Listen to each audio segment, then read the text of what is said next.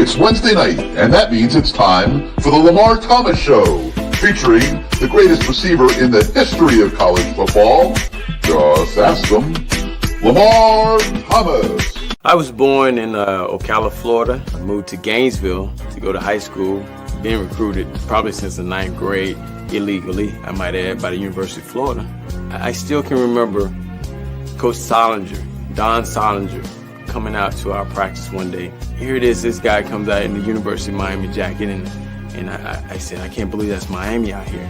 And, you know, I wanted to go up and say, hey, I'm Lamar Thomas. And actually, I did walk up to him and I said, hey, Coach, I'm Lamar Thomas. And he said, I know. And that was the start of my relationship with the University of Miami. Patton, another good block, and Toretto lays it out.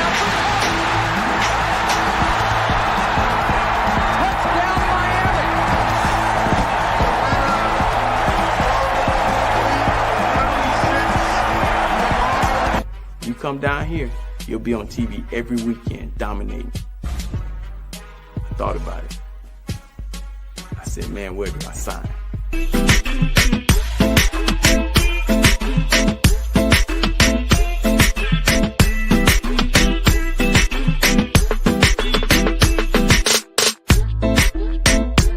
My mom, on Saturday mornings, I would wake up and she'd be holding my hand. I thought she was the weirdest lady in the world. But she was holding my hands and she would be rubbing them and saying, one day these hands are gonna make you a lot of money. She was smart.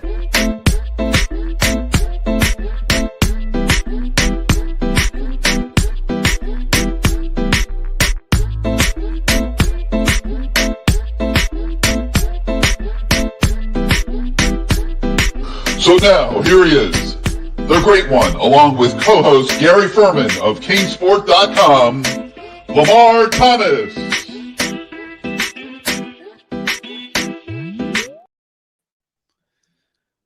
Happy Wednesday night, LT. Is it really happy, Gary? I mean, we're alive, but I'm not happy, Gary. I'm not happy. I'm glad you made it back, by the way, but I'm not happy. Well, let's start out by welcoming everybody to the Lamar Thomas Show on a Wednesday night. We really appreciate you guys joining us, and so much for us to talk about tonight. Tonight's show is once again sponsored by Caneswear, your ultimate headquarters for all your Miami Hurricanes merchandise needs. Home game this week, which means you can shoot on over to Caneswear at 2655 South University Drive in Davie on your way to the game on Saturday afternoon, 15 minutes north of Hard Rock Stadium. So go there, get yourself some new gear. Some other things in the shopping center there. You can buy yourself some good subs if you want, and there's a barbecue place, and load up for your tailgate and then head on down to the stadium for what I am anticipating is going to be a very angry, very motivated Miami Hurricane football team this Saturday against a very, very, very, in honor of Stephen Wagner, our illustrious staffer, overmatched Syracuse team, struggling to find a quarterback. If Miami desires revenge for that loss they took up in the Carrier Dome last week, LT, I think they are going to find the perfect foe in this Syracuse team that I would like to see the Canes handle very convincingly and just get a little bit of confidence and mojo back. Well, Gary, we have to. If we don't pass the eye test. You can't go out there and tiddlyfoot and win time of possession. Okay, you got to win the game against a bad Syracuse team. You have to dominate them. You can't milk the clock. You can't work on the 3 yards in a cloud of dust. You have to go out and destroy them to get us the eye test back, because the voters, the whatever it is, that whole thing is college football playoff system thing comes down to it definitely has to be the eye test, and we have to pass it. you know, you got to take care of your business. You got to win the games, but the margin of error for us is now out the door. So Oh, it's long out the door. Yeah. You got to beat a. I wanted to say another word, but you have to beat them down. And this is a prime candidate. It should be after that. You know, I'm that game in Dallas. That man, that was. I took my kids trick or treating, and I thought I was doing the right thing by staying home, doing the right thing, not going to Dallas on the night where I should be spending with my kids, not going to Dallas and seeing and being around Michael Irvin. God knows I'm glad that didn't happen, but doing the right thing. And I said, man, this is going to carry over to tomorrow. And when Scott got that dang on fumble recovery, I said, yeah, that's what I'm talking about. I did the right thing.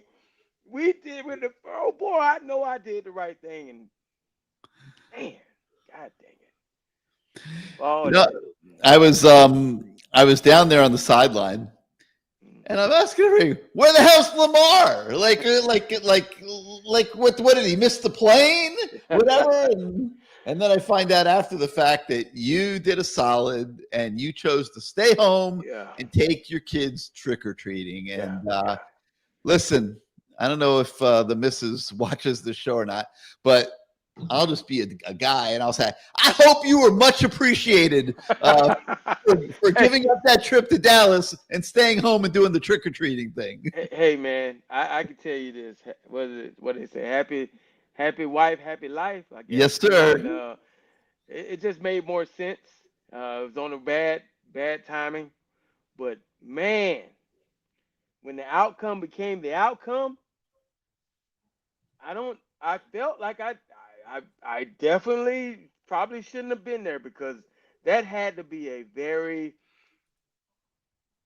somber, disheartening trip back after watching SMU fans celebrate, and then Rhett Lashley and those guys, which they won the game, celebrate. That had to be very, I mean, from afar, I felt it. And you could feel it through the television that, you know, we lost the game. We literally lost the game. We're going to get into it as we go on tonight, but you know, we could say the penalties that weren't called, but you also have to look at the penalties that we did have as a factor of why we were not able to pull that game out. You cannot have all of the pre-snap penalties and penalties during the play. You just can't have them. It kills you. Well, you know, Miami was leading the game. Yes. The entire game.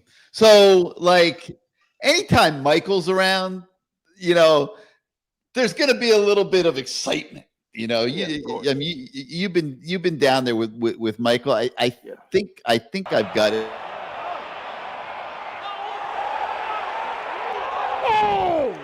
Oh, they didn't want to throw that shit. They didn't want to throw that. They didn't even. How they didn't want to throw it over there? How the fuck they didn't want to throw that over there?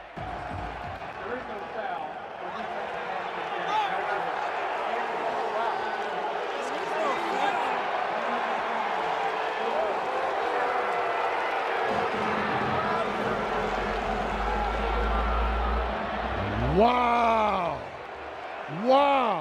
Dude, how you pick that up? Come on, man. I've been playing receiver for a long time. That was clearly PI. Hey, man, you got, come on, man. How y'all put head to pillow at night? It was over his head because he pulled them back. It wouldn't have been over his head. Dude, they never make that call. They never make an uncatchable call. I've been doing this a long time. They never call uncatchable unless the ball's in the stadium, in the stand. You forgot he hasn't played. I've been doing this a long time. Well, how long has it been since he retired? 20 years. Hey, man, you got to understand something. We forget sometimes, okay? We truly forget that we cannot play anymore. And he's a very physical human being. And to be down there around him, he's going through motions and movements and stuff like that, saying this is what he should have done and this is what he needs to do. And I have to remind him, Mike, we can't do it anymore, bro. We can't do it. So you got to understand the passion, man, runs deep with him and all of us, man. We developed this program. We helped bring this program to where it is, and to feel helpless, like we can't do a thing, it is I mean, it hurts, man. It truly hurts. And I know what he's going through. I felt watching that clip. I felt the pain because there's nothing we could do. You know, that probably should have been called, but you know what? It wasn't. So he's holding Marion up the entire sideline. Yeah. Like, how is that not at least defensive holding? I mean, yeah, the ball was overthrown, but the ball was overthrown because he was being held by the jersey. He couldn't run. Man, I'll tell you, we'll talk about the officials here in a second, but you mentioned the college football rankings earlier, and those came out yesterday, and Miami's at number 18. Notre Dame is number 10. The smart people out there are saying, what the hell is going on with that? My take is win the last 4 games and make it an issue. It's like now's not the time to fight the battle. Yeah. I look at it like this. You can't worry about the next person. You can't worry about you can't worry about that. You can't worry about them. You got to worry about your own business. You can't worry about the next person's home. You got to worry about what's going on in your house. And in our house, we got to get it together. We got to figure some things out inside our own home before we start pointing the finger at Notre Dame. Okay, hey, we got to win out. If you don't win out, you're making a point that is pointless, because they got theirs. They're going to get theirs. They're Notre Dame. We've always had to work for what we've gotten. And what work means is kicking ass. And if you're not kicking ass, Miami ain't never been about nothing if you ain't kicking butt. You know what I mean? That's how we even things off back in the day. Now, things have changed a little bit, but you got to go back to that formula of kicking butt, because you can't put it in other people's hands. You cannot worry about the next team and what jerseys they have and how much NIL they getting. You got to worry about what's going on inside your own house. And once you get that squared up and squared away, then you can go out there and kick some ass. But right now, it just seems like things are, it just don't seem right. It don't smell right. It don't feel right. And they got to figure that thing out. I mean, I'm looking, I'm listening, and people are like, oh, Mario, hey, man, who else you want in there? A guy that's been there, who played there, who understands the program. I'm sure it's killing him. So, he's going to have to figure it out. He's going to have to figure it out. This is your job, man. This is what we're paying you the big bucks for. Figure this shit out and get it right. That's just the way it is. I mean, you can't be mad at somebody for saying that. Figure it out and get it right. Yeah, coming into the season, you take a look at the big picture and you say, okay, what's this team capable of? And I don't think anybody was sitting here saying 12-0. Okay, I know, only Kevin Harris. That's it. He's about the only one. Yeah, let's talk on real terms now for a minute. I don't think too many people are saying this team is going 12-0, because nobody goes 12-0. By the time we get to the end of the road, there will be 1 or 2 12-0 teams, and they probably haven't played too many people. I mean, it's very hard to go 12-0 in college football. There's just a lot of parity, a lot of, competitive teams. The ACC is like a microcosm of that. Like, you could go top to bottom in the ACC, and teams are capable. Like Florida State's down in the dumps. They blow out Wake Forest, which a week earlier beat SMU, which now beats Miami. I mean, there's no rhyme or reason to anything that goes on. And this is just our conference. We're familiar with it. This is going on in every conference. Okay. Teams are beating each other. And you come into the season, and I don't think too many people were saying 12-0. I do a column on CaneSport every year. I said 10-2. I said I thought it was a 10-2 team. And I really did going into the season. But LT, then you go in and you play Notre Dame on opening day. and you look so good. Smash them, except for one quarter. Except for the one quarter, yeah. But that was after they had the game in hand. Like Right. they look so good against Notre Dame. Now, yeah, that one quarter was a warning signal that we didn't realize at the time. But now you start thinking, man, we just beat the team that was in the national title game the year before. Mm-hmm. We look good, man. We looked a lot better than them, and then we could play that team 10 times and they're not beating us. And man, we have a special team here. So you just get your emotions go in a different place, LT. Right. Well, I mean, emotions do go in a different place, and I've said it time and time again. You got to win that game at hand. You got to win that game that's in front of you. And, you know, as people started looking down the road instead of focusing on the game at hand, those other teams said, we're going to come out because of everybody else is looking down over us and looking down the road. We're going to give it to you, and we're going to try to beat you. And two teams have done it. I mean, you look ahead, you know, people are looking over Louisville. Very smart coach, well-coached team, you know. Brown, they come in, they beat us at home. Now you go Rhett Lashley. Just got a big extension, known as a great game caller. Rushed for damn near I think it was 2 yards up until the last overtime. Yeah, they couldn't run the ball. He totally abandoned it. Yeah. And he just said to hell with it. We got to win the game, and somehow in some way they were able to pull it out.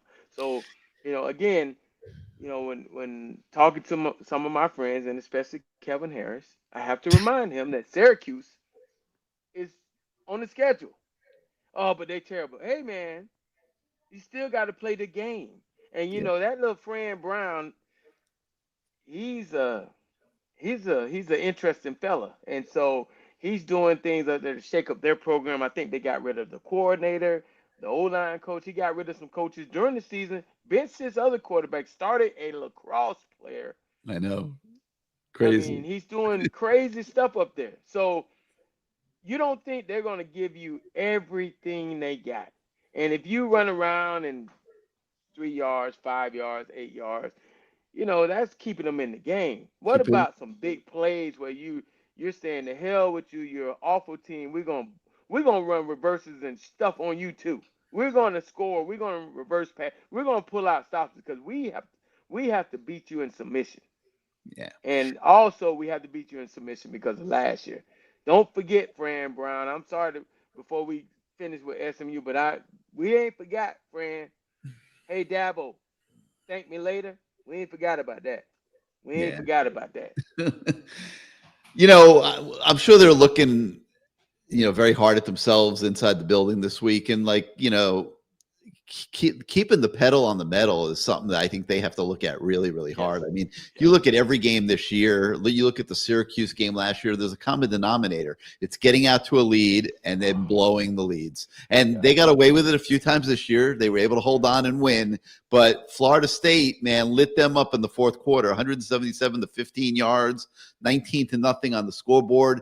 And man, if anything that they are guilty of this season, it is not taking the cue. Okay, Florida State gave you a cue. Okay, keep the pedal to the metal. Stop keeping other teams in the game. They didn't take the lesson, Lamar. They haven't taken the lesson, and they keep getting burned the same way. And this is something they got to look at. You know, I mean, you know, you're beating the crap out of people early when you're rolling out your script. You know, people are jumping all over Shannon Dawson. I mean, he's coming into games with great game plans.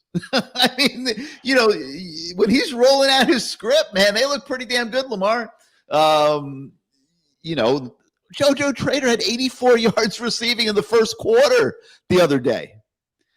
Then, yes, he did. And then he messes up. He messes up. He drops the ball. It ends up getting intercepted. The next play, they score a touchdown, tie the game, and that changed the whole game. And that was to me, one of Miami's biggest mistakes on Saturday was they allowed that misfortune to change the fabric of the game. And LT, I don't know if you froze up there. It looks like you did. There you are. Are you with me? Yeah, I'm here. Yeah, I'm Okay. here. All right. Yeah. So like I thought they let that change the fabric of the game, and that's one of the things that they really need to look at going forward here. But in terms of the big picture now, they're up against it. Okay, and everything has changed. I mean, the way people look at the program, the fans, it has totally changed. Like I'm sitting here looking here at Dennis Taylor, one of our viewers. They're going to go 8-4 with Cristobal leading Miami into the toilet. Okay, like what? It's like everybody forgot that this was a good team, and Mario is getting disrespected like crazy all over the country. I was hearing it early in the year, and I even wrote about it after the Florida State game. I mean, all anybody was saying all over Doak Campbell Stadium is, when is Mario going to screw this up? And like you're like, come on, man! They're the most complete team in college football. Everybody's saying it. Everybody's seeing it. Why are you disrespecting Mario? Well, now that they lose 2 games, they're all out of the woodwork. Every college football show that you turn on the television set, there's somebody on there down talking Mario, and it's just it's hard to watch it, man, because it's like, like obviously we're close to it, LT, but like this was a good football team. It's probably still is a good football team. Well, Gary, I can tell you this. We've always been the team that everyone wants to watch. Whether you love us or you hate us. And when we're winning, they're watching to see if we're losing. They want us to lose so bad. Yeah, I got Florida fans who hit me up when we lost to Louisville, and I'm like saying, "Hey, don't you know we beat you?" Right? And then the Florida State fans, because they won a game the other night, they're chirping.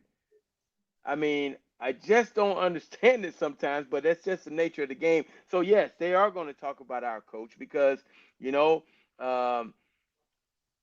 honestly, we haven't won the big game yet. We haven't gotten over the hump. I mean, I thought the Notre Dame game was the one that might have taken us over the hump because that was a big game. They're just coming off a national championship game, national TV. We defeat them. But man, we got to win the games. And these next 4 games, this will be a hurdle for him. If he's able to pull this off, now he shuts them down. He shuts the pie holes, the peepholes, or whatever you call it. He shuts it down a little bit. Because right now, they're saying that he's not the guy to get it done. Well, I look at it like, honestly, who is the guy to get it done? Who's the guy to get it done, right? Because the guy played here at Miami. He knows the culture. It means something to him. He has to continue. This year is not over. But right now, he has to continue somehow to push this thing, to push the envelope, to get it right. And if it's not right, you come back and you try again. You make some changes, and you keep going. But, I mean, who else you going to bring in here that's going to care about the program more than the guy that played at the program? Yeah, okay. He's being put to the test. He's being put to the test because the same thing is happening over and over again, and he would be out of his mind to just not understand that, because he's got to figure out what's going on that's wrong, and he's got to change it. And if he's he just can't be in denial about it. There's something. This pattern is too defined now over multiple seasons, and it really goes back to before he got here. But he's got to figure out why this is happening. But he hasn't lost. G Nice, who says, "In Mario we trust. Go Canes." And I think with a big win Saturday, everybody will feel better. And I really hope that they come into the stadium angry, and I hope that they just lay it on Fran Brown. And there's a receiver out of Miami Northwestern by the name of Calvin Russell, who's committed to Syracuse. to me, the ultimate disrespect is, Mom, I went to Miami. I mean, he's committed to Syracuse because Fran Brown snake charmed him or whatever. I hope, and I'm sure he'll be there on Saturday. I hope Calvin Russell gets to watch Syracuse get curb slapped all over Hard Rock Stadium on Saturday, so that he sees that. Well, I can tell you this to speak on Calvin Russell. I mean, I've met him twice. Oh, okay. Yeah. So, shook his hand. That's a tough one because you're talking about a mother's love for son. Sometimes staying at home is not the right thing to do. Maybe being too close to home. Maybe being too close to the same associates. Maybe being too close to friends that shouldn't be friends. And unfortunately, the mother might be trying to protect her son. I don't know, but it sounds like she really wants him to maybe not be in South Florida. And so, but a win, a curb slapping, as you call it, could maybe open her eyes and say, hey, but, you can't fault a parent and the child, the family for maybe wanting him not to be around and be at arm's length, because I've seen guys from Northwestern and Central that have been too close to home, and it's been too close to the same friends, and it's kind of come back to haunt them. So maybe she's just trying to do the right thing. But I tell you, if we were able to beat them pretty solidly, then we could go back to the table and maybe have some negotiation on that. Yeah, I don't even know if they even want him anymore, quite frankly. They just got another receiver commit the other day. I mean, they're doing just fine at receiver. I'm not sure that they know better than me whether they would take him or not now, but it's just crazy. It was just crazy to watch him do that. It was bizarre, but I hear you. I mean, people have different reasons for doing things, and but anyway, so getting back to what we were saying, I think it's really important that there's a lot of introspection going on here, and just trying to figure out, why does this keep happening to us? And I know that Rhett Lashley went into that game on Saturday thinking, by now you watched all the game. They've watched a few seasons of Miami football. They see what keeps happening. Miami jumps out early. They have a lot of good players. They're a good team. They get ahead of you, but if you can just hang in there, you can get yourself back in the game. And Lashley said that coming into the game, his whole agenda was, don't let Miami get 2 scores ahead. And he had, and I don't know how many, but he had a certain number of key plays in his back pocket that he felt like he could roll out at significant times in the game and pick up a big chunk of yardage. And the first one came after the JoJo Trader drop interception. And the next play, he dials up a touchdown down the field. I think it was like 30. I'd have to look it up. 35. Let me see. I think it was like 35 yards and 28 yards. Okay, and he dials up a 28-yard touchdown pass to tie the game. And this is the level of coaching, Lamar, that they're going against. Okay, when you go against the Jeff Brom, when you go against Rhett Lashley, it's not that their teams are so great. It's that they know that they are a big part of the deal, and they have to find ways to give their team a chance to win. And the way to do that is you got to have some special moments that you're prepared for, and they got to click. And there was another one that came to mind where he isolated Mohamed Touré, the Miami linebacker, in single coverage, opened up the field, and just let him go up down the kind of right middle of the field in single coverage. The running back went in single coverage against Touré, and I think that was like a 30-something yard gain that they picked up on that play. And you got to tip your hat to him, because he gave his team a chance to win it. And then in the fourth quarter, he dialed up the plays that he needed to just get that game tied and into overtime. And LT, it's tough, man. Like, Miami led all the way up to the final play, but it just didn't work out. Gary, it was again, it was hard to watch because as you sit there and you're sitting at home and you're trying to watch it on TV and all these plays that you would love to see run, and you're seeing them not be able to run the ball, and they did some good things. Now they had some the moments. Miami had some moments on defense where they did make some plays. But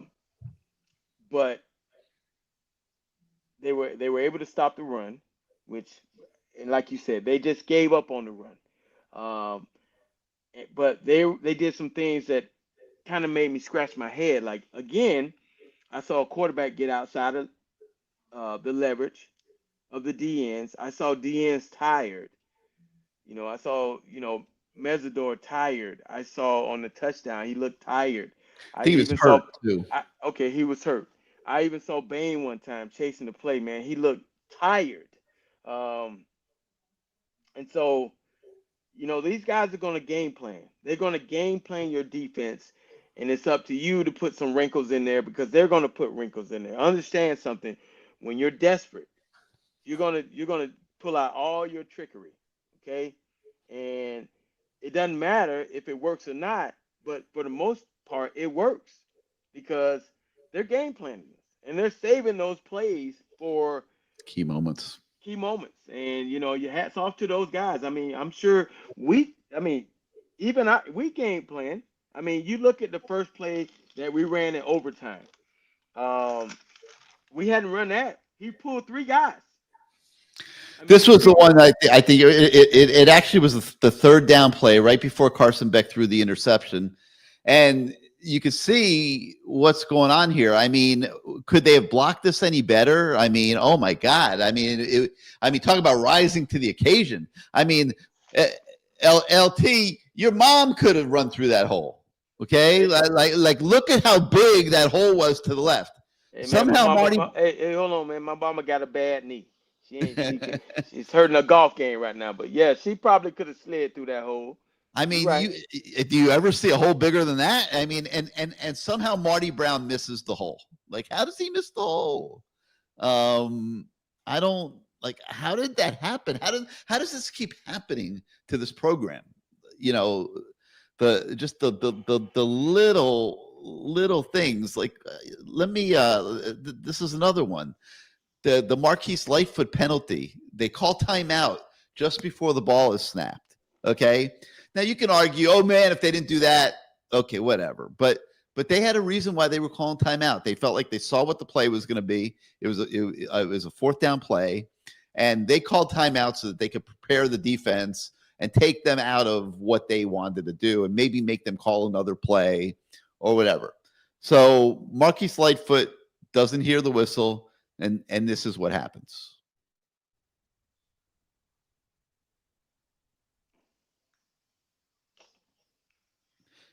Okay, now LT. He held up the quarterback. Hold on, Gary. I'm going to try this microphone here. They're saying that my mic is a little low, so I'm going to try to change my microphone a little bit. Let's see what happens. All right. Can you hear me now, Gary? I can hear you, yes. Okay. Let me get a little. All right. Let's see if I can hear you. Change this microphone a little bit. Test. Can you hear me? That's the problem. Now I can't hear myself. So let's go back to that old microphone. Back to that. You got to do your audio setting. Just put it on the generic speaker. The generic speaker, there it goes. Somehow this is not working right. So I got to go back. Maybe during the break. All right, here we go. Let's go back to what I can hear now. All right. So anyway, so Lightfoot. Okay, you saw the play, right? I mean, I'm going to play it again. Watch how he holds the quarterback up at the end. Yeah. Okay. Yes, he didn't hear the whistle, but he didn't. It's not like he slammed him to the ground. And Ruben was helping him hold up the quarterback. Why is the referee throwing that flag? He's changing the game. Why does this kind of stuff keep happening to this program? Gary, I laugh sometimes because I'm like, maybe this is all the get back for me celebrating. Maybe Horace Copeland doing Yeah, you're backflips. responsible. Maybe Randall Hill shooting the guns in the end zone. Maybe Luther Campbell us going hanging out at Strawberries. I don't know, man. It's just like, man, how does that happen at that time of the game? I mean, he calls timeout. Some people can argue, why is he calling a timeout? Why is he calling a timeout? But he wanted to see what they're in. I had one person say to me, they were discombobulated. There's no way they could have a great play. They were just running something from the sideline. You shouldn't have called timeout. Okay, well, he did. And lo and behold, the kid gets a great get off, probably the best one of the game, and he runs in there, and now he has to hear a whistle that's blown from that side because Mario called timeout, and the crowd is going nuts. Okay, the crowd is cheering, so you can't blame the kid. You really can't.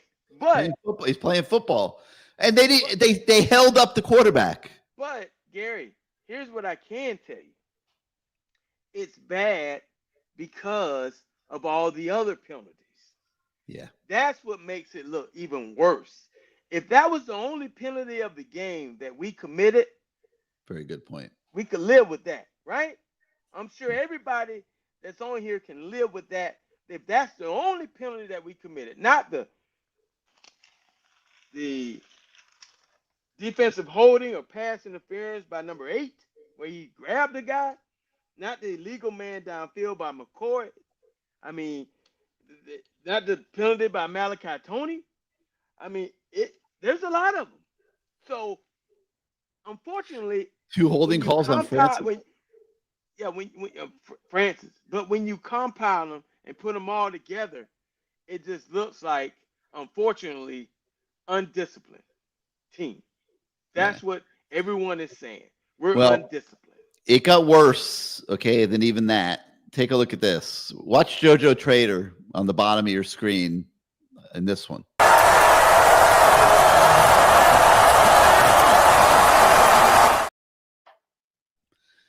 That's the last play, Miami's last offensive play of the game.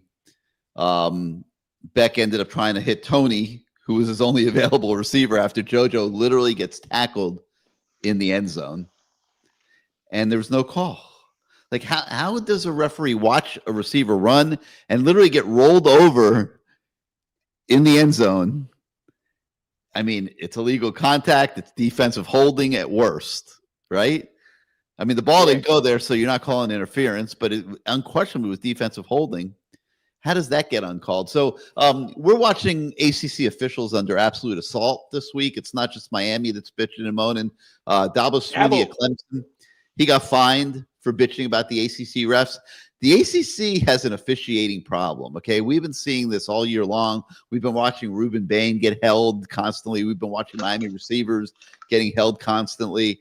You would like to think it's not a Miami bias by the officials. You would like to think it's just the officials are bad, okay?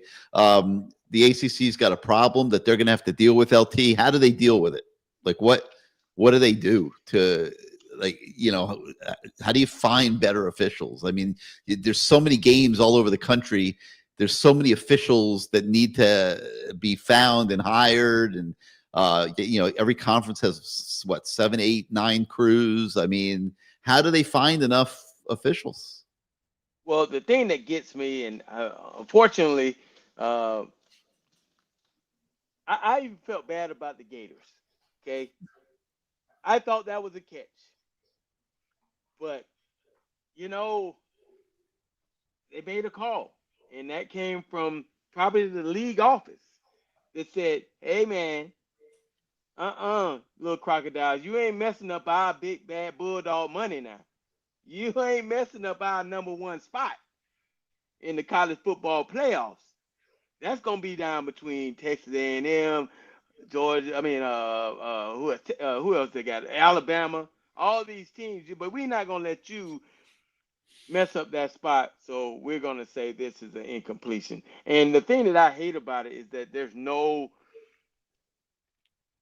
like, once they make that call, it's like no recourse. There's It's no like recourse. nothing. Yeah, there's no recourse. Like, why can't that be replayed like anything else? Like, I mean, we're seeing the clip now. Why can't Mario throw a red flag and say our receiver got tackled in the end zone and you didn't call it, and they go look at the replay and see the receiver tackled in the end zone? With these type of officiations going on, they might need to, at the end of the year, when they meet on some island, some swanky place that they meet, making rules, they need to look at. They need to expand the scope of replay. The red flag. Yes, and coach should have one or two of those a game that they can ask to be reviewed.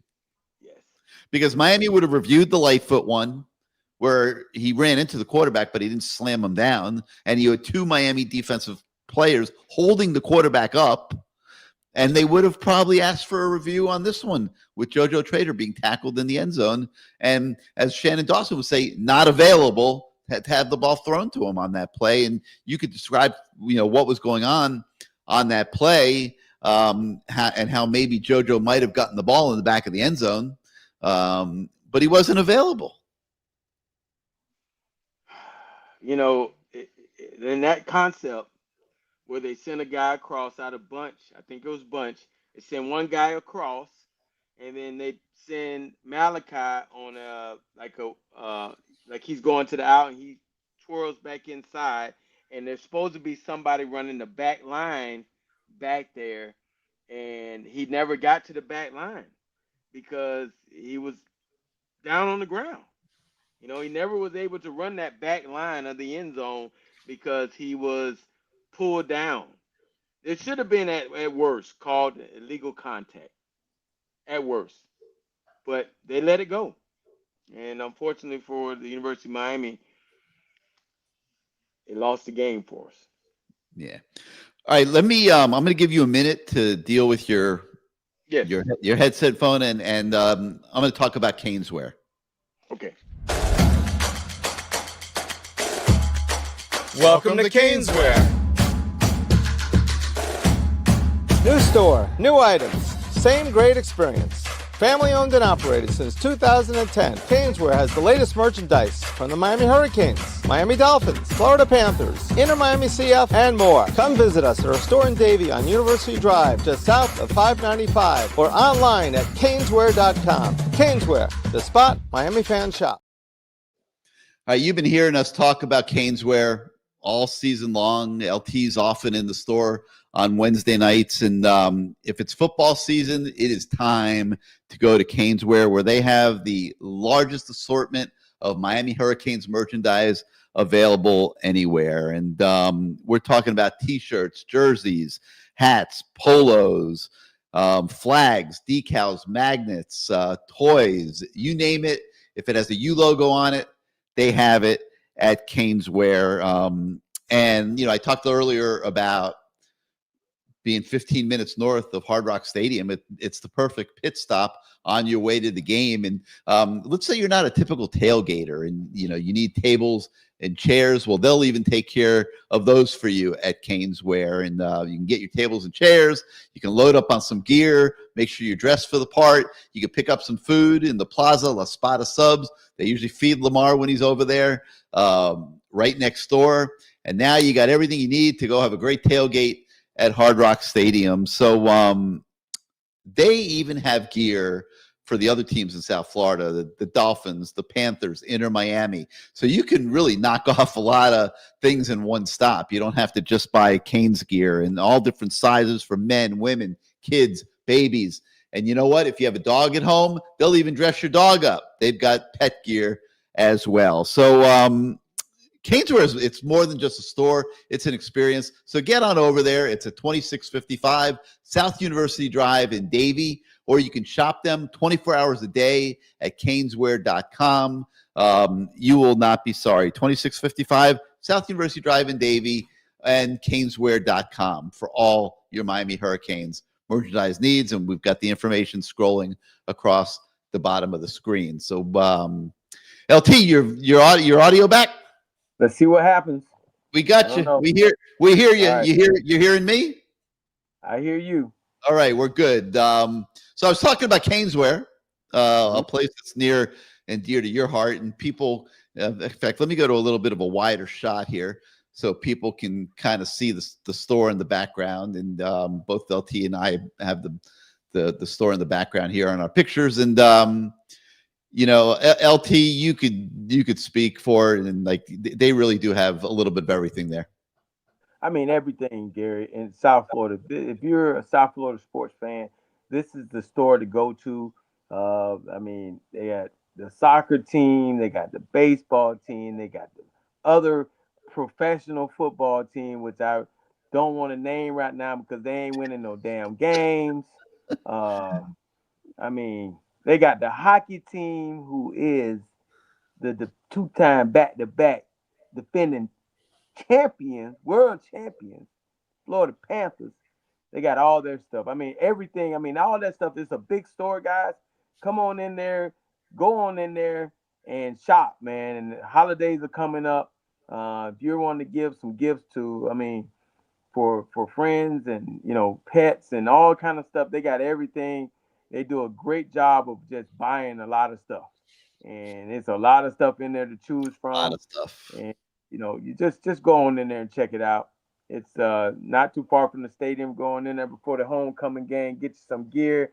You coming down from New York and all these places, and you want to stop on through, get you some good. They got some good cold weather gear. Take back up north. It's a lot of stuff in there. You'll enjoy it. Tell them LT sent you. They might even give you a couple dollars off. Big investment in inventory at CaneSport. All right, LT, Mayday wants to know, do you really believe this team can change this late in the season, or are they who they are? Do they need to change, LT?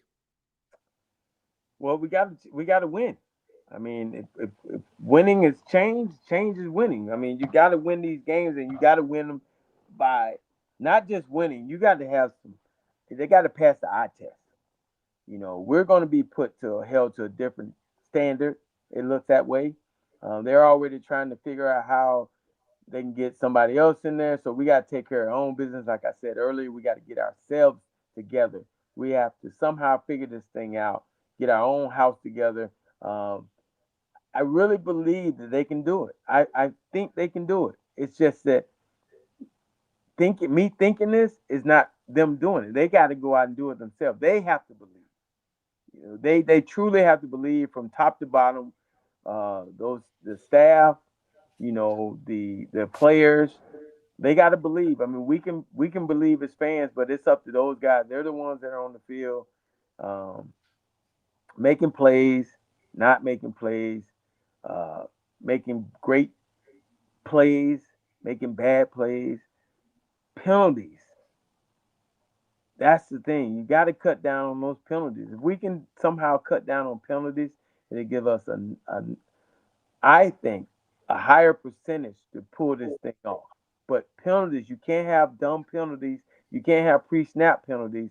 That'll cut down because they're momentum killers. Yeah. You think about the penalty, illegal man downfield. That was in 3:05 in the third and 5. I mean, the score was 17-17. I mean, that was a big moment. We could have used some. I mean, we could have worked some more time off. I mean, there's a lot of things these penalties really hurt. I mean, the interception with JoJo, that might have been the momentum. I think they were ready to give up. I really do believe. I think that team was ready to give up, and that fluky interception changed the momentum of the game, gave them life, gave them hope. And as you saw, a sudden change. They hit us. The cornerback didn't sink back the cover 3.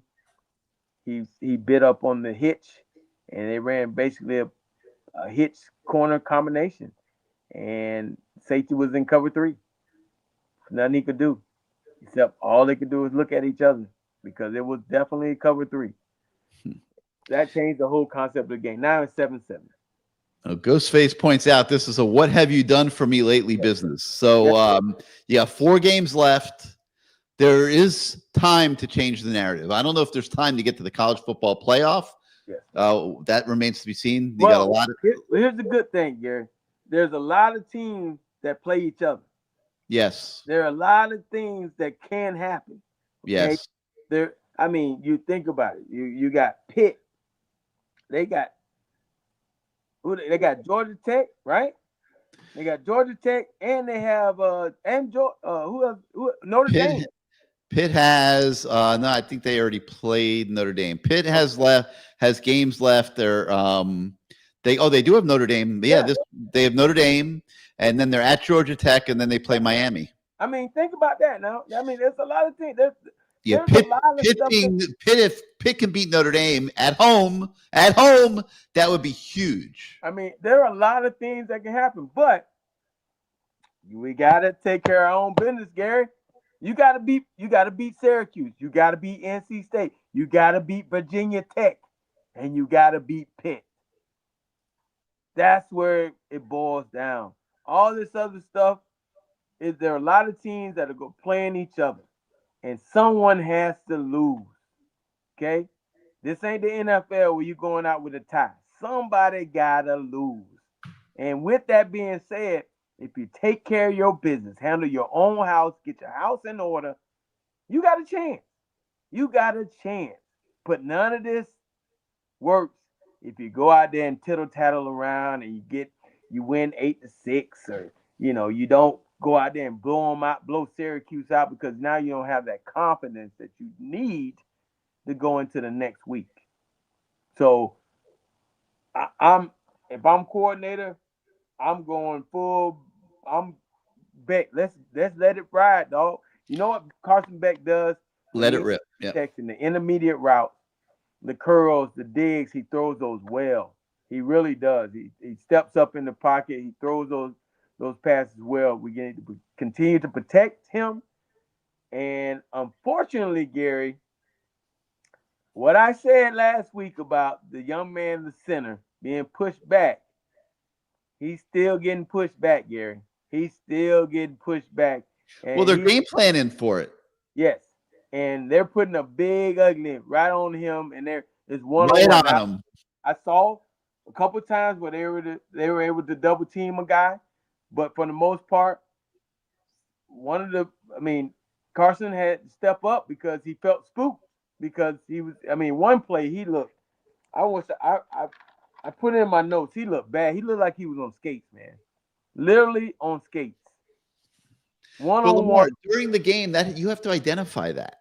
And one of the things, if Mario were to listen to me, which he won't, but one of the things that I would say would be, you need a dude up in the press box on the other end of the headset with Shannon Dawson. I mean, no disrespect to the GAs and stuff that do it. You need a dude up there, not someone that's learning how to be a coach. That's something that is falling apart a little bit during games. Louisville leaving the receivers open in the flat all night, somebody's got to be up in the press box. Shannon can't see everything from the sideline. It's hard to see. I mean, you've been down there. Isn't it hard to see the entire field from the sideline? Most guys like to be up in the box, man. You get perspective of it, but when you're the quarterback coach, also you have to be able to talk to the quarterback, and that's why he likes to be down there. But he needs a comparable level, or I would say an even greater level of offensive mind upstairs on the headset with him that could sit there and say, Shannon, the flat wide open. I'd run the same play 5 times. We got to make them get out of this defense they're playing. They're taking away the middle of the field from us. We just throw it out there 3, 4, 5 times in a row, and let's get them out of this defense. There's got to be. That's to me a weakness that I see, because things during the course of the game. Shannon, they're blowing up our center. They're loading up to take away our A and B gaps. we need to run outside or we need to throw the ball. I mean, it didn't stop SMU from throwing almost every single down, when they thought that was the best way for them to attack Miami's defense. I got a question for you, Gary. Yeah. What's wrong with Rodriguez? Who's what? Rodriguez. Isn't that the guy that's behind Brockenmeyer? Yes, Brockenmeyer, if you look at his grades with Pro Football Focus, it's not the end all be all, but he really is not as bad as everybody thinks he is. He's had some bad plays the last few weeks that have really stood out to everybody. Particularly that one fourth down play against Stanford, I believe it was, where he just got blown up. And I think Stanford brought that guy in. He wasn't even on their too deep depth chart, Lamar. I don't know who this guy was. I mean, he could have been a strength coach for all I know, but he was a big, strong kid. They brought him in for the pure purpose of blowing up Brockermeyer. Yeah. And, you said you saw it a couple times on Saturday as well. But when you look at his grades, they're really not that bad. And in pass protection, he's elite. I mean, his grades in pass protection are outstanding. So it's not like he's doing all bad. Right. And obviously they feel he's better than Rodriguez because they went out and got him because they felt like Rodriguez, no disrespect to Ryan, but he's probably a backup level player. And they felt like they needed somebody better if they were going to have the offensive line that they wanted to have. So they went out and got Brockmeyer in the transfer portal. And I know they've been very happy with him. He's had some tough moments here where, he's not the biggest guy in the world. If he doesn't probably have his leverage and footwork right on the button, he probably becomes susceptible to getting overpowered. And we can, if Brett Romberg gets here tonight, we can ask him a lot about that. But, I'm not sure it's as bad as the fans think. I mean, he's become a fan target after getting beat a few times. I'm not quite sure it's that bad, but but the thing is, what I'm getting at is when I look at the program from a objective lens, which I try to do and really analyze what I'm watching. That's something that I see, and I've been seeing it for several years now. I remember saying the exact same thing 2 years ago when we were seeing a lot of these same things happening to Shannon Dawson. And last year you could just you had Cam Ward. I mean, you were running a whole different offense. It was the Cam Ward offense. I just think that they could benefit LT, and you could talk about this dynamic from having somebody up in the booth that understands offense to that level and can help Shannon Dawson on game day. Maybe there is. I don't know. I know when I was in Petrino's offense, everybody had a role, and my role was to tell him if they were off to the field. And if I said they're off to the field, it gave him some data, and eventually he would come back to it, and he would just keep killing them to the field. He would just keep pounding them to the field on hitches, slants, all kind of stuff, just to make them, but he everybody had a role to give him input, and he wanted to hear it. And if you didn't give him that input, of course you got yelled at. But so you had your role to do. I'm sure somebody was telling him something else. Somebody was telling him something else. Somebody was telling him what signals they were getting, all kind of stuff. But he had to have these certain things told to him during play calling when he was making his decision. So, I mean, there is something to it, but maybe some guys don't want to be talked to like that. Some guys I was in an offense with Eddie Grand and Stoops. Run the ball, Eddie. Run the ball. Run the ball, Eddie. Run the ball. I mean, just you got a play called, and he's telling you run the ball. I mean, you got to do what the head coach says. I mean, he's the head coach. He's gonna fire you if you don't do what he says. And it's kind of deflating because I'm not saying that Mario's doing that. I'm just saying it's kind of deflating because you have your game plan set up for what you want. You got guys telling you what they see, the data, and then all of a sudden somebody else is telling you what you have to run.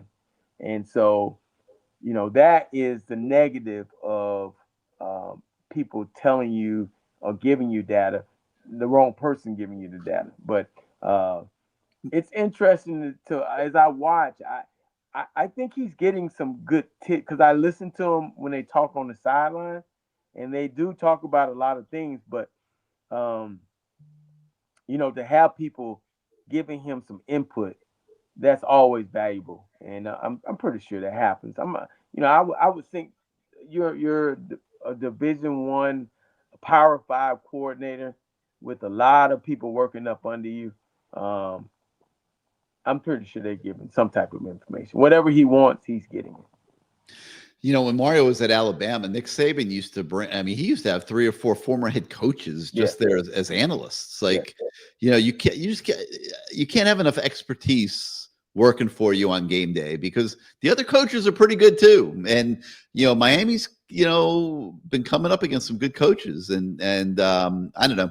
It's just, it's something I feel I've seen that I would say is a weakness, a weak point that could be better.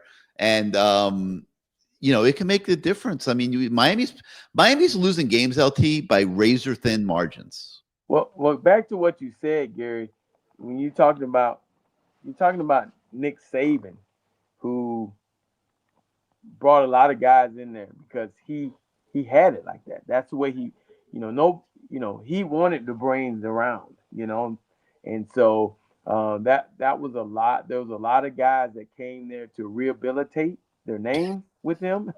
You know what I mean? And so there were They were just working as analysts. Yeah, they were as analysts getting $30,000, but insurance. But they also were getting paid from other programs. So correct. They didn't want to get paid too much because they want to make people the fire to pay them. Yeah, correct. They wanted to get their money from that other program. But yeah, that is a way that has helped some guys get other brains into programs, some head coaches. But Mario tried to get some guys in there that were older, but it didn't work out. He didn't, somehow it didn't with Charlie Strong. What was the defensive coordinator? Steele, Kevin Steele. Kevin Steele, and it just didn't work out. He didn't like what they brought to the table. He wanted more energy. He wanted more, and those guys just were past that. And so, and so it wasn't what he wanted around him. So he has some other guys now. He has younger guys, and he's trying to work with those guys, and that's what he wants. And, for the most part, it can work. It can work. It's just that on the field, somehow, some way, we have to change some things. And when you talk about change, it has to be no pre-snap penalties, no dumb penalties, and, some costly turnovers. That turnover at the end was costly, man. I mean, that was pretty much the ball game, and man, it just hurts so much to sit here and talk about it because I literally thought that once we got up 7-0, I said, man, this might be a cakewalk. And then they can't run the ball. Man, when are we gonna pull away? We got to pull away. And then the Malachi Tony return where we get down to the freaking 5-yard line. And we don't even get it in there. What was that? We get down there. I'm so mad. I was writing stuff down. We get down there, and we can't even get it down in there before we get down to the 5-yard line after that great return.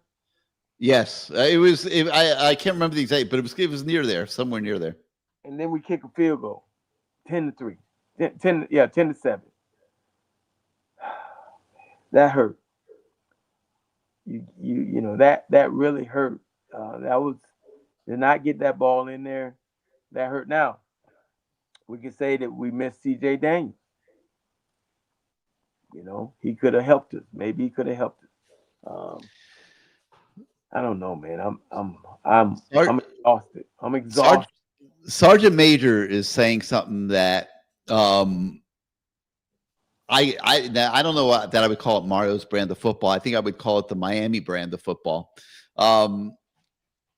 They're losing games by razor thin margins, and that's because they're always in the position to lose games by razor thin margins. So, playing a lot of close games. And listen, you get into close games like that, you're going to win some and lose some. And I talked earlier in the show how Lashley's whole game plan was to just stay within one score because he felt that he could make the right calls in the fourth quarter and down the stretch to deliver a victory to his program. And God dang it, he did it. Okay. And, I understand in fact, I said this the other day, is Miami's strength, which is, if you look at Miami's offensive strength, you have an elite offensive line, you have great running backs.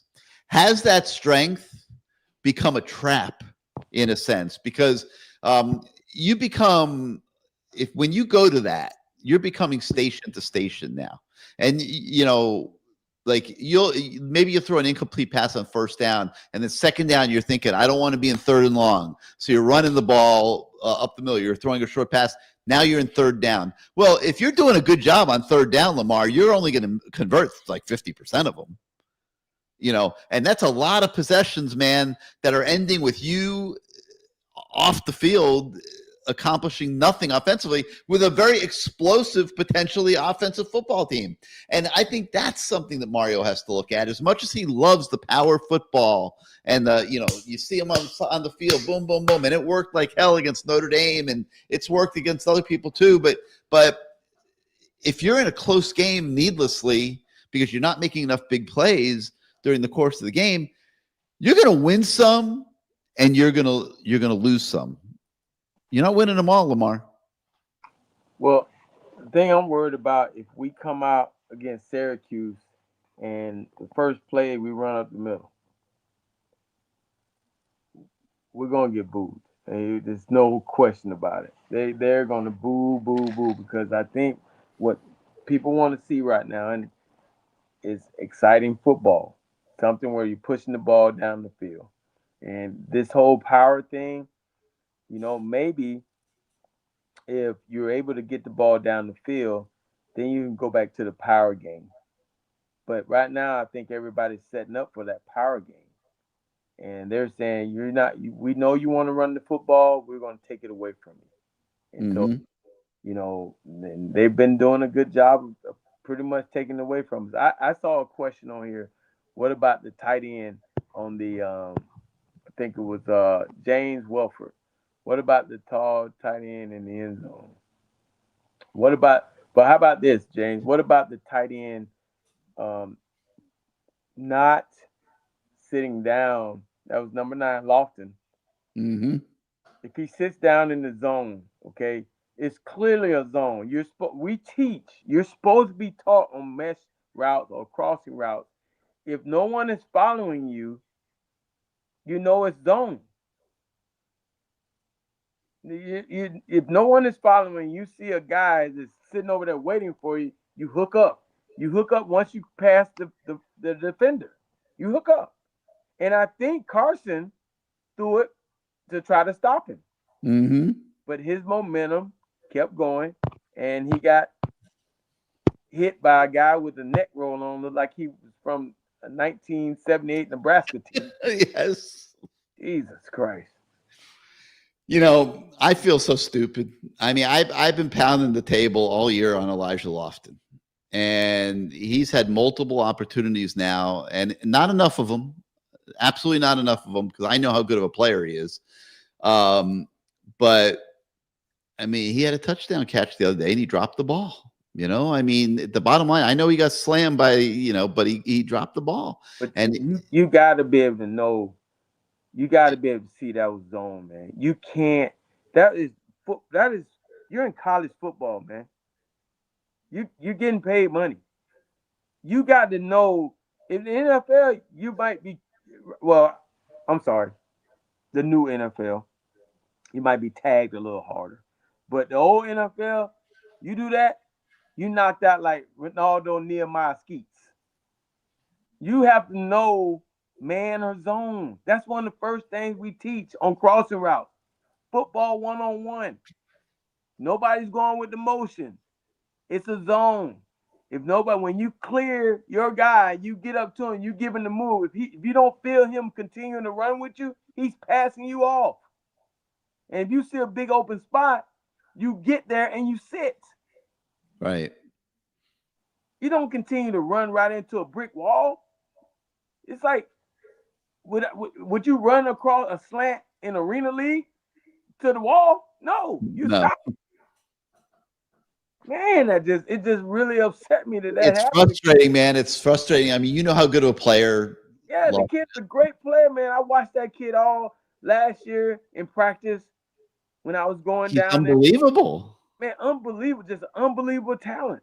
But we're not seeing any of it. How is this possible? Like, how are we not seeing any of it? We're 8 games into the season now. Like, how? Like, this is the kind of stuff that's happening in this program that I just don't understand and can't explain. And I want to talk about JoJo Trader a little bit because we've talked about him a lot this year, and he was missing in action until the first quarter up at SMU, and CJ Daniels is hurt, can't play. They have JoJo Trader prepared. Okay, he practiced. He got a lot of reps on the practice field. Very key part of the story here. He goes into the game prepared. Okay, 84 yards, I think it was in the first quarter. I think he had four catches. Beck's hitting them, and then they call the play down the right sideline for him, and he's open. And Carson Beck does a phenomenal job getting the ball there. Okay, he threads it, just a perfectly steered pass right into JoJo's hands.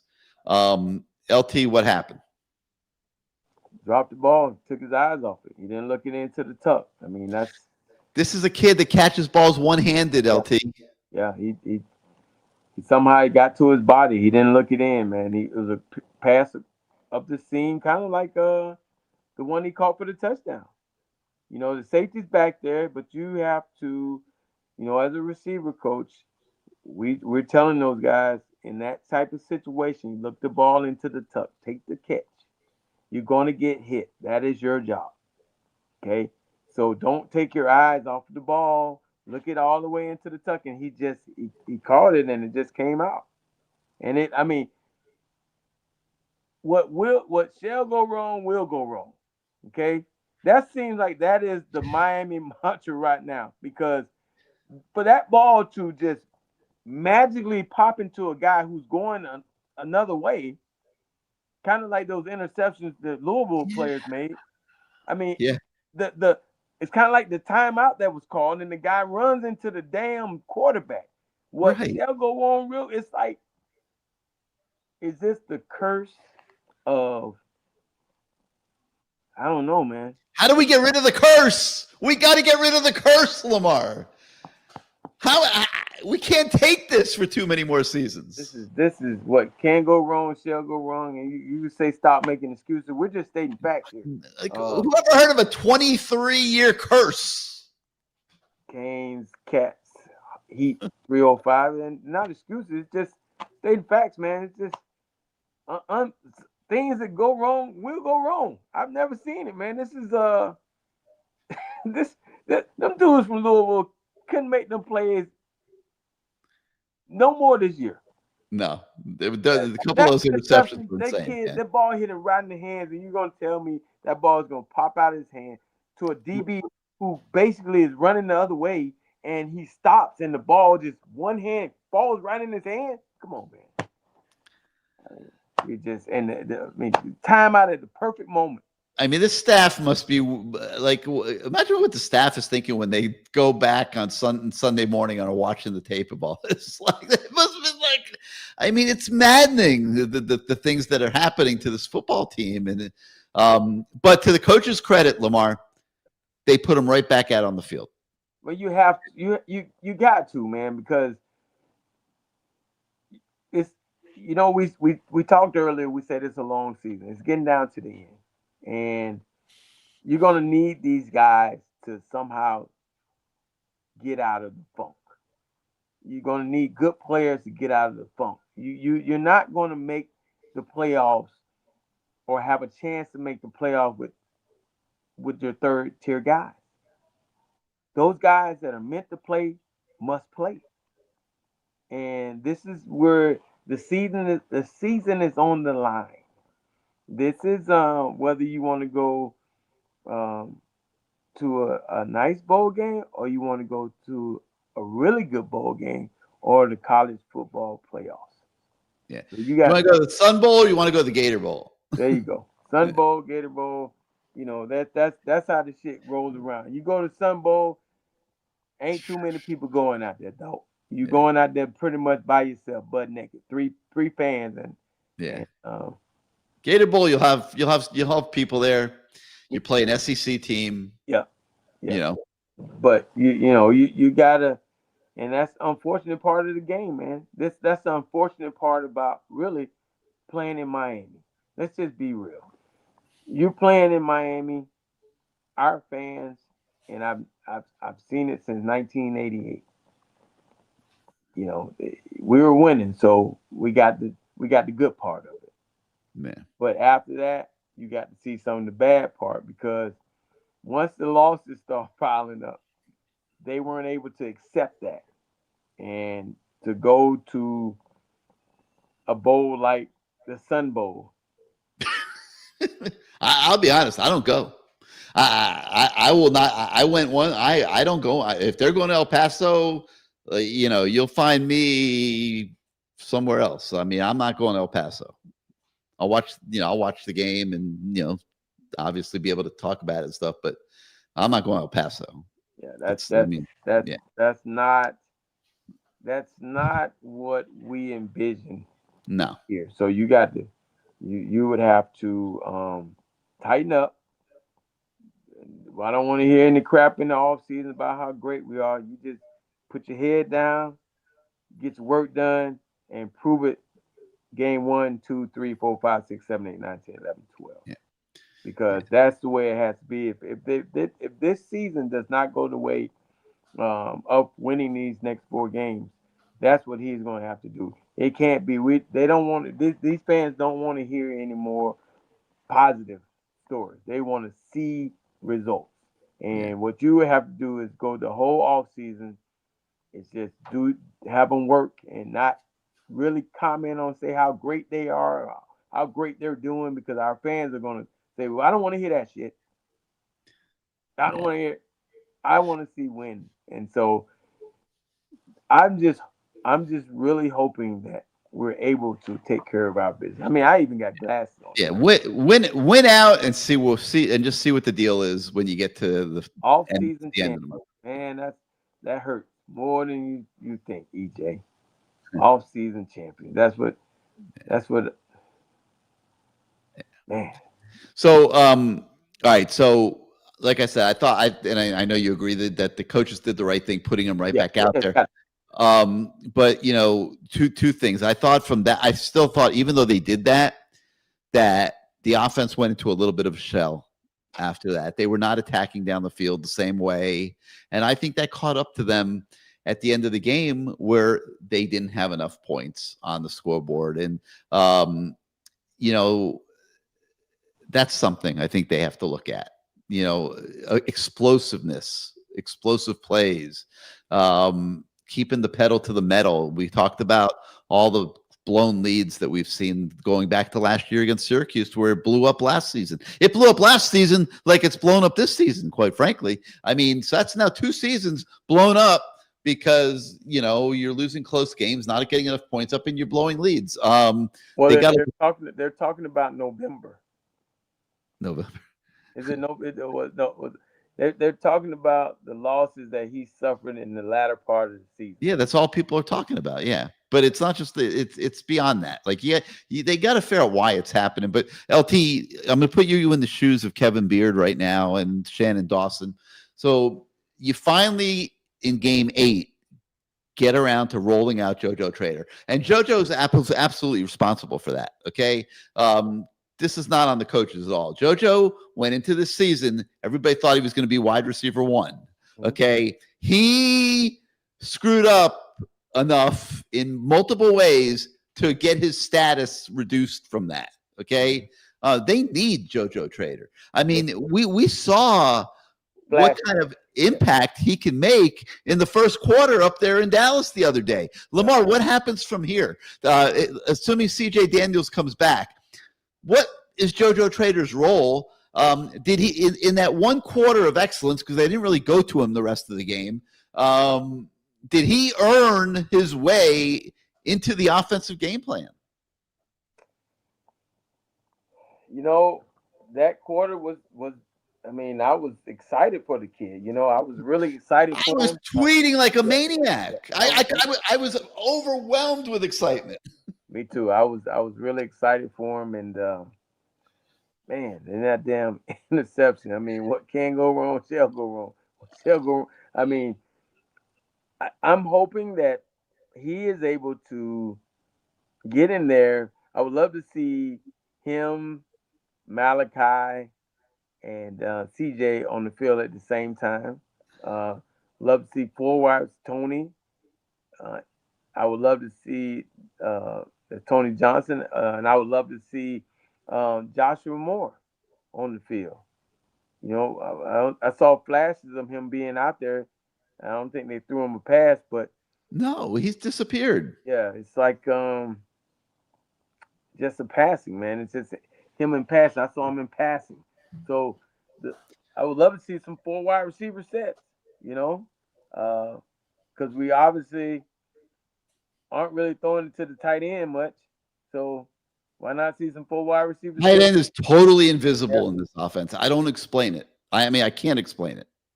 I have no idea what happened to coming into the season. I had really high hopes for our two tight ends, 87 and 9. I thought that, you know, they were going to be able to do some things and how about really the take some pressure off of Carson.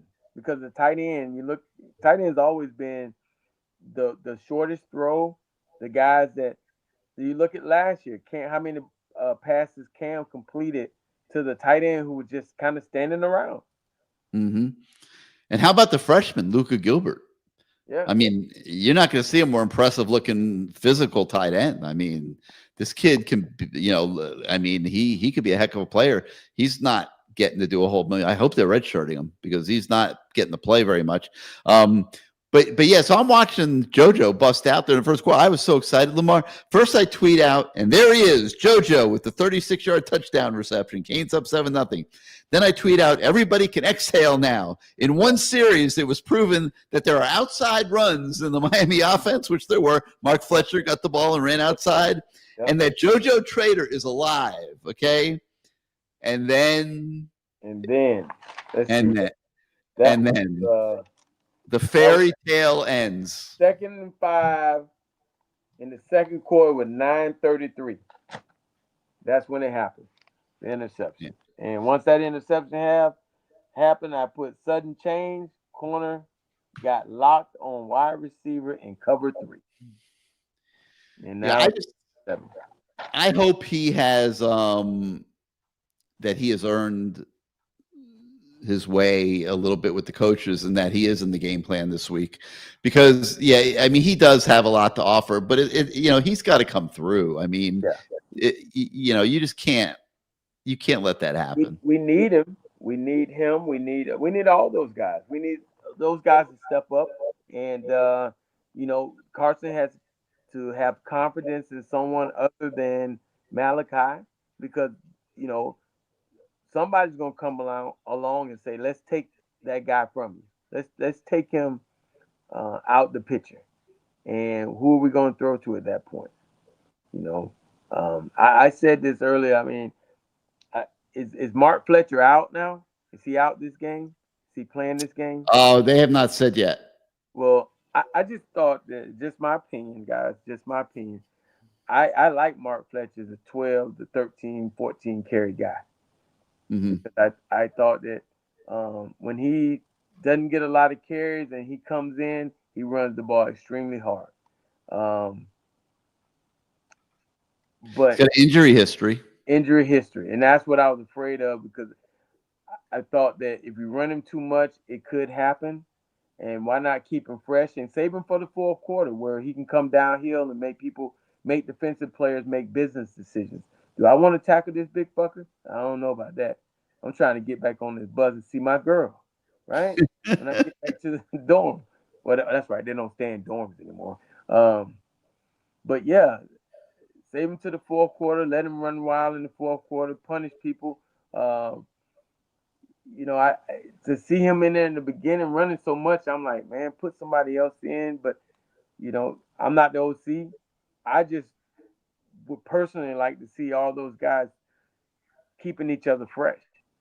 And you got three different styles of running backs. I thought that from that first game, I said, man, this is gonna be awesome.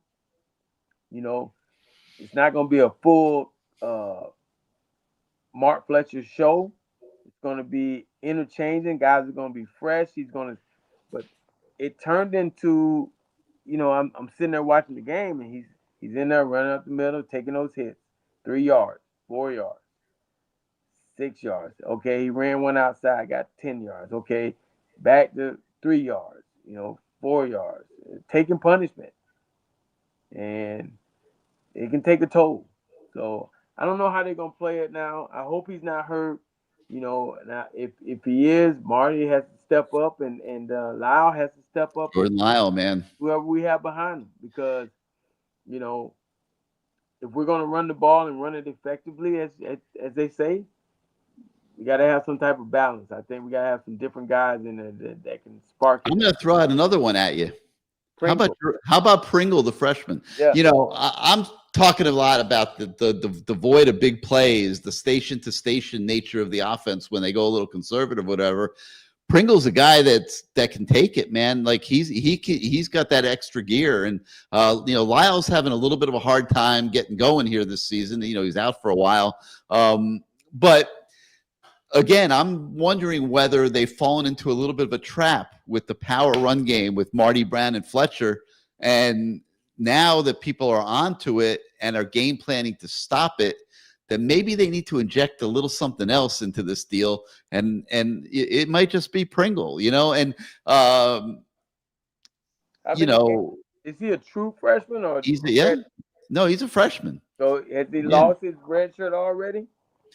I doubt it. I don't think he's played in 4 games yet, but at this point, if he helps you win these last 4 and a bowl game, it's worth playing him.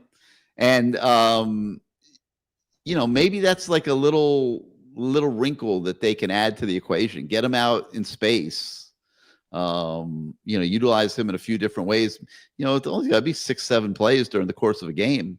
But that's another thing that came to my mind. Like this offense to me needs to get more explosive. They're not. How many 60-yard runs have we seen this year? I can't remember. I mean, have we had any 60? I don't know that we've had any. Like I can't remember. Look that one up, Gary. Huh? I might have to look that one up. Yeah, like we're not getting big plays, and to me that's a big deal. That's holding this offensive back. Last year with Cam Ward, there were a lot of big plays, and that's why it was the number 1 offense in the country. Yeah. We're not seeing the big plays this year. We're 45th in the country this year with an elite running game, because I still believe that there's the offensive line's elite.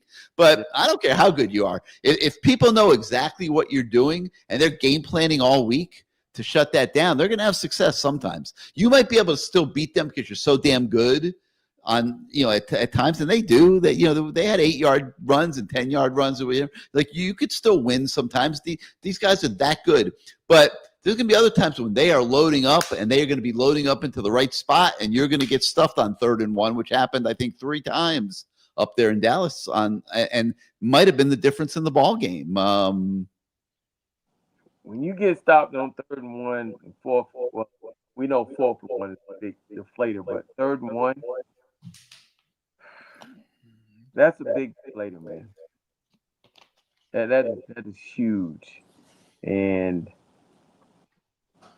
the thing that I hate seeing is that on those 3rd and 1s, and it seemed like we were catching blocks, like we're not firing out for some reason. And I know Maribel is one of the best coaches, so I know he's not saying catch blocks, because some of those guys, just to me, in my opinion, it looks like they're catching the blocks. Those guys on the other side are firing off, and they have more guys on our side than we have pushing them. I mean, you look, it was 1 3rd and 1 where they had guys 2 yards on this side of I mean, we still had a long way to go to get to the first down. So I don't know. I mean, I just think that, and it goes back to, I'm looking at someone say about the energy of firing off the ball, not enough. They're getting low enough. I just feel like the guys are too high, like you're saying. They're literally raising up and they're not firing off the ball.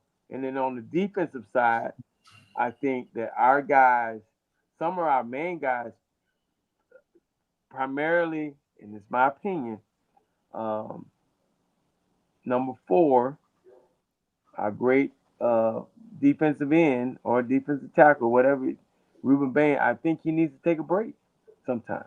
I think he's out there way too much.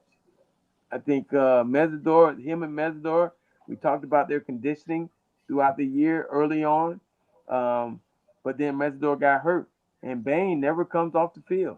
I mean, yeah, it's something to all that, but at the same time, man, you got to protect yourself and come in the game and be fresh and stay in the game. There's a play where I saw where he was chasing something down. He looked dog tired.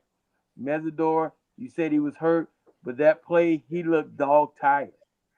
These guys are playing maybe way too much.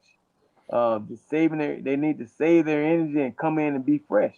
I know you don't want to come off the field, but man, some of those plays you might be wasting that you could probably make a play, or another guy might be able to make a play if they're fresh.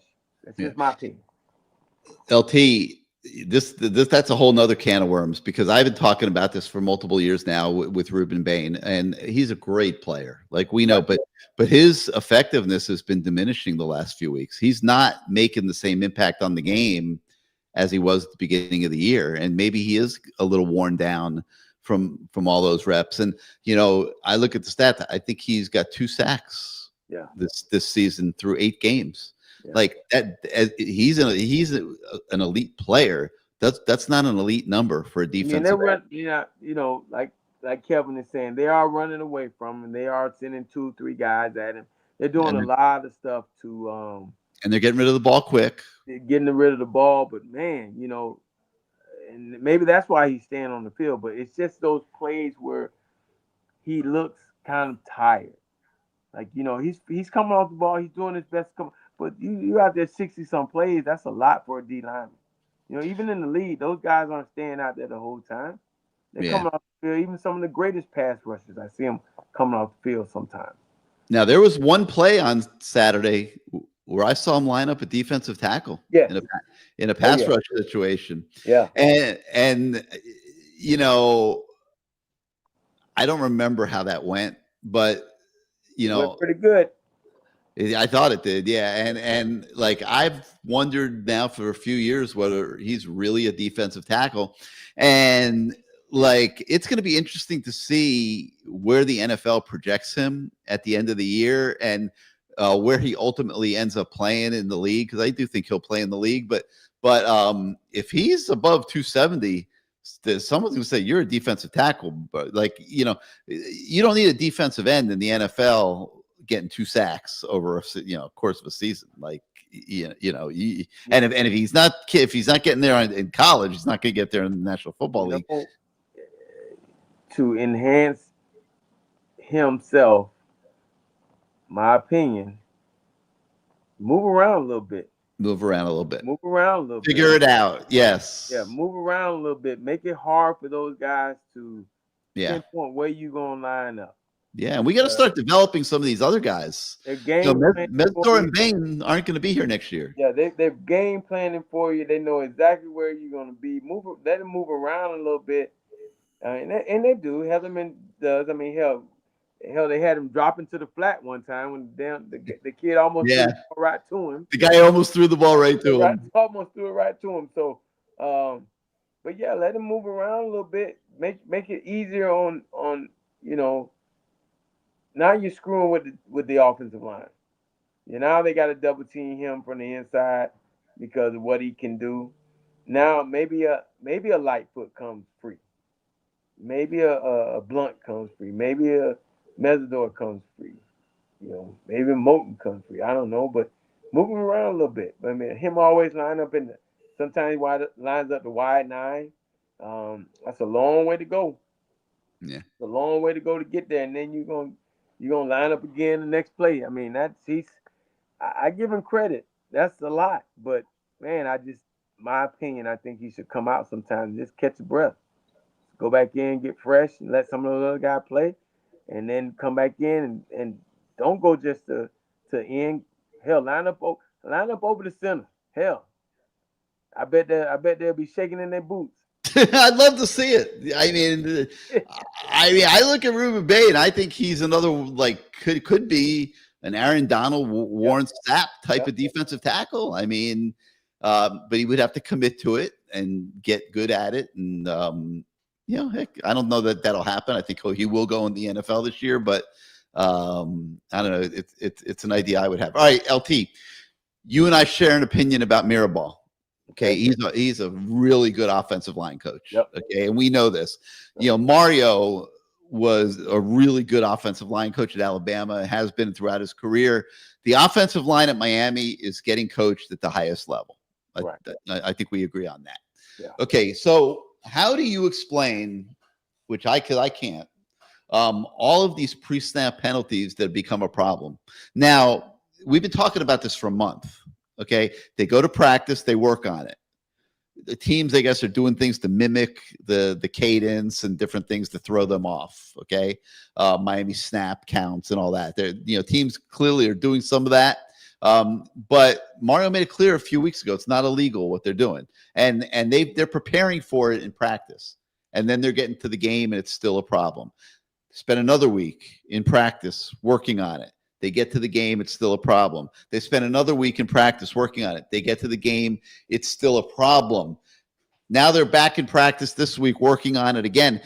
LT, neither you nor I are offensive line coaches.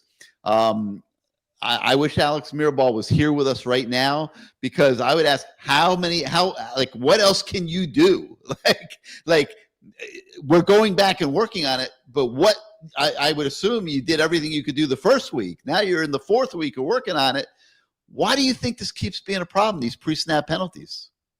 Gary, I'm shaking my head as you asking the question, because, again, knowing Maribel, knowing Mario, they are on those guys about those penalties. I mean, you got to understand, your head coach, O-line, he's down there all the time. Yeah. I mean, unless those kids just don't give a damn.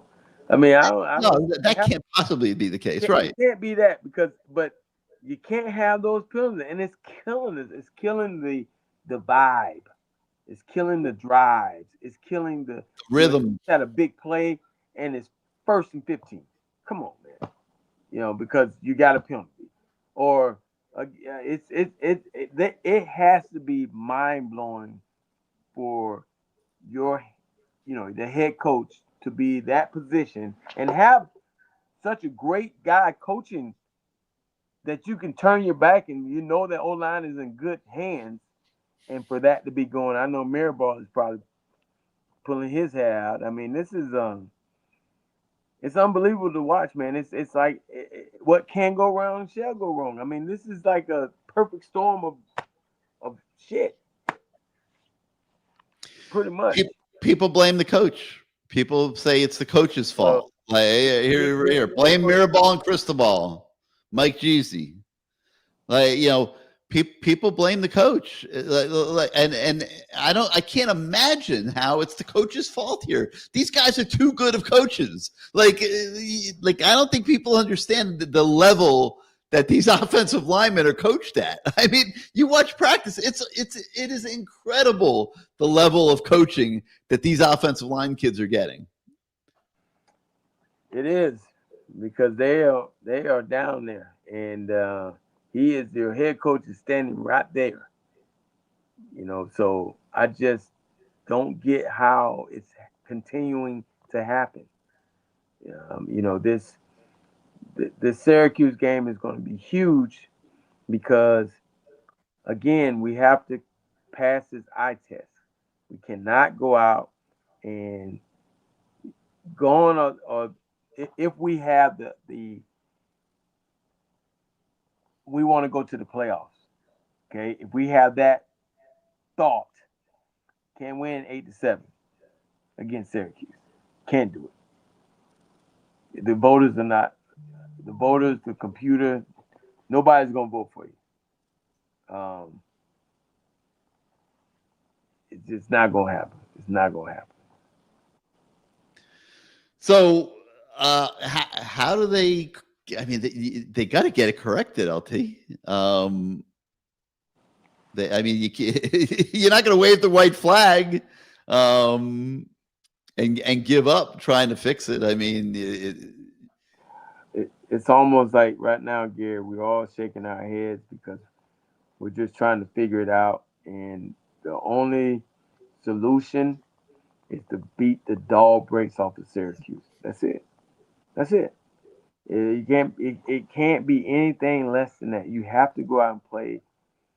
I wouldn't say perfect game, but you got to beat that team into submission, and you got to play like, for all those kids that are on that team, that's the team that you need to punish, not dumb penalties, but inside the whistle, you need to punish them for basically putting you out of the playoffs last year.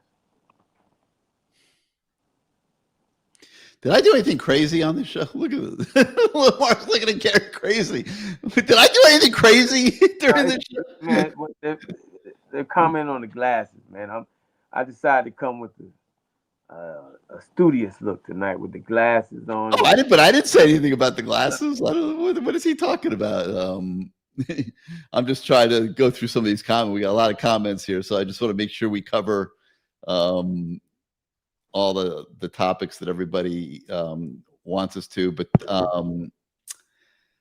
one last thing I did want to ask you about, though, is that we noted that teams are getting a push up the middle quite often, and yes. Are they overbaking the running game a little bit? Do they need to open up this offense a little bit more and become a little bit more, a little less predictable? You know what's weird is Shannon Dawson, air raid guy, right? That's what, at Kentucky, he was supposed to be air raid. He didn't have the power running game that Stoops might have liked. Right. Now he's a power running game guy. And I don't really see much of the air raid stuff. Mayday is approaching this subject a little bit of a different way. Well, I mean, when you talk about Carson Beck, I truly believe, and this is my opinion, that as a coordinator for him, after an interception, he is trying to make sure he doesn't compound another interception. I don't know if the trust might not be truly there, because you notice his play calling gets a little bit more, maybe the word I'm looking for is conservative after a bad interception or a bad, and again, some of Carson Beck's interceptions have not been truly on him. And I'm sure by his press conferences, he will tell you they were surely not on him. You noticed. It was but funny, I there's a guy named Roddy up in Georgia. He like kind of does what I do here in Miami up in Georgia, and he tweeted out the other day. He said, "Oh, it's still always somebody else's fault." Like they've seen that routine up there in Athens. I couldn't imagine Gino saying something like that. I just run what was called. Like I couldn't imagine him saying something about Coach Harrison like that. Oof. I couldn't imagine, but it's a different age, it's a different kid. These kids are making more than anybody on the staff besides the head coach. So yep. When you give that type of money to a young adult, you gotta take it with a grain of salt. They feel like, hey, pretty much untouchable. You gave the man $4.5 million. He can say what he want to say. What are you gonna do? Can't say nothing. You just got to roll with it, man. Better. That's it. That's all. It's a whole different era. There's no I more. mean, he's making $30,000 a quarter. Yeah, there's no more scaring the At kid. least, probably more than that. Probably with fear. 50,000. There's no more scaring the kid with fear. Hey, I'm gonna kick you out of school. Okay, kick me out. I'm going somewhere else to get more money. Yeah. I'm gonna get All right. After all this conversation tonight, Lamar, JD Carmona here might have figured it all out. He says just go call the voodoo lady in overtime and sacrifice a cat or something, and everything will be great in the land of the Canes, and they'll show up at Hard Rock Stadium mad and beat the living crap out of Syracuse, and the college football playoff committee better damn well take notice and start moving us up those rankings and start sliding Notre Dame down towards us, and we're going to be relying a lot on Pittsburgh. Yeah, I'm gonna wear some different draws this time. Those draws that we lost, I'm throwing those away, and I am also doing the siren. Is that what it's called? Siren. I'm doing the siren. The pregame. So let's hope that works, Gary. Let's hope that works, man. We're counting on it. All right, LT, let's take it home with some word association. I got a few for you. I'm going to start with a guy that, he was a little animated last year when he took down the Canes, and that's Syracuse coach Fran Brown. Franny. Okay, old Franny. We owe you, man. We owe you, Fran. We owe you. And I think Mario's going to make you pay. I think he's gonna make you pay because you're very arrogant, and the fact that you were able to come down here and convince that kid, you wanted to tell the world too. So I'm hoping that after the game, Mario is able to look into the camera and be just as petty and say, "Hey, Dabo, remember us?" Anything just to say hello to Dabo. Hey, Dabo, talk to you, call you guy Fran or something, just anything, because that was some arrogant stuff, man. You made a lot of enemies down here, so we'll see how this thing goes, Fran. We'll see how it goes. Kelvin Harris has been up in the chat tonight, and he says that he spoke to one of the coaches who told him that JoJo is kicking ass on the practice field this week, and we're going to put up more than 40 on Syracuse on Saturday. So let me just go ahead and throw it out at you, Lamar. JoJo Trader. I hope that JoJo is having a great week of practice. You have to be mentally strong to have something like that happen to you. You have to be able to somehow put it in the back burner and use it as fuel to burn your fire. I think the kid is a really good player. I think he's looking to continue momentum, and when he gets going, he gets going. Unfortunately, that one interception was a sidetrack. So we'll see how it goes, especially after Kevin heard he's having good week of practice. It could be a really good sign because you got him, Malachi, you got Johnson, you got Marion, you got CJ. You got some pretty solid receivers. So I want to see this kid do well. I really want to see him succeed, and I hope he will and can succeed on Saturday. I'm not going to sit here and say it's the ruthless posse or anything like that, but if you're lining up with CJ, Malachi, and JoJo as your three starting receivers, that shouldn't be too bad, Lamar. No, it shouldn't. That's a good solid lineup right there. It's not you and High C and Kevin, but hey man, those other guys are really good. That Kevin Williams and Horace Coleman, they were really good. They made my job a lot easier. They were really, really good. So, they should. But if you can get these three on the field at the same time, you got a pretty good receiving lineup, and it should allow Shannon Dawson to open this thing up a little bit more. Well, someone is saying It was a CF Kane fan. I think that's he said CJ is out this week. Okay, so Still next out. man up. Let's figure it out. You Yeah. know, let's figure it out.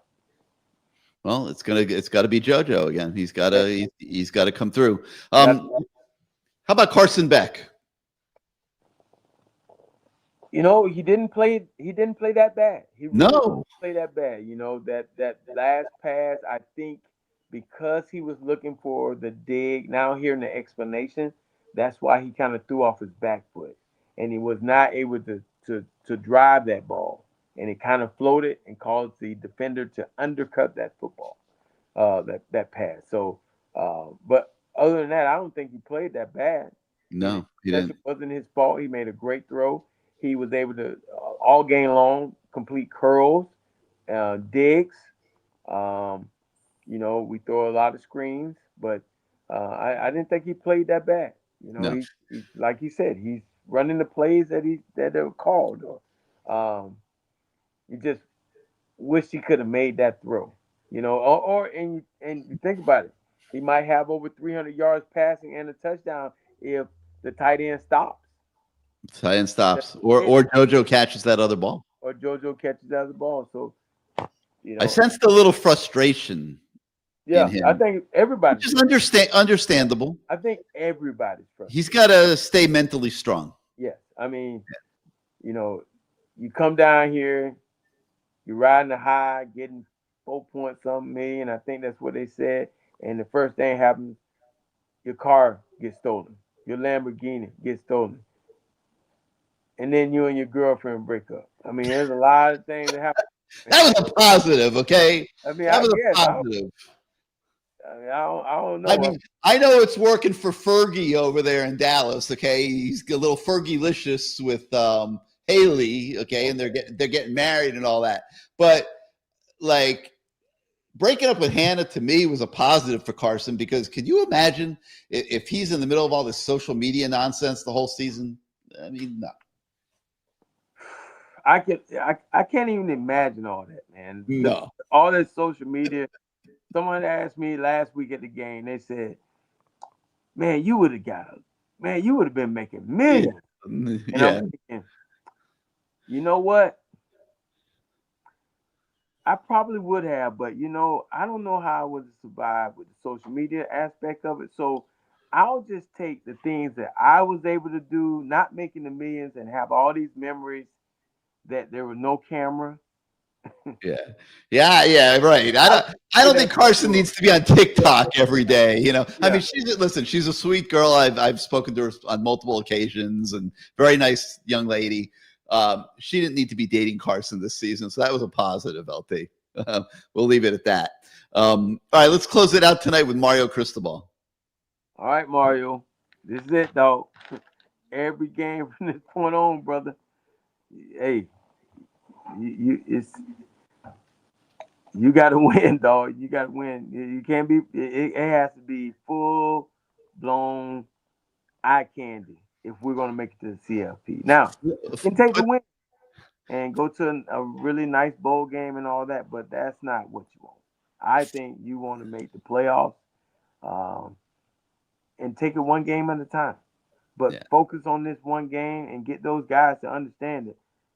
In order for us to achieve any of the goals that we might have set out for, we have to win this game first. And once we win this game, we'll focus on the next game. And everything will take care of itself.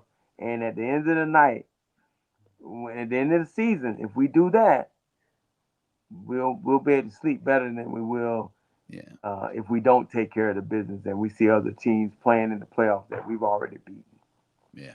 Listen, you can't change history. The games are gone, but you can finish strong here, finish 10-2, look good doing it, leave the lasting memory of the Canes that sputtered a little bit in the middle, but began strong. Back-to-back state champions, baby. Back-to-back state champs. Yeah. And then you worry about the bowl game after that. We'll see what that ends up being. But keep the pedal to the metal, man. This is showtime.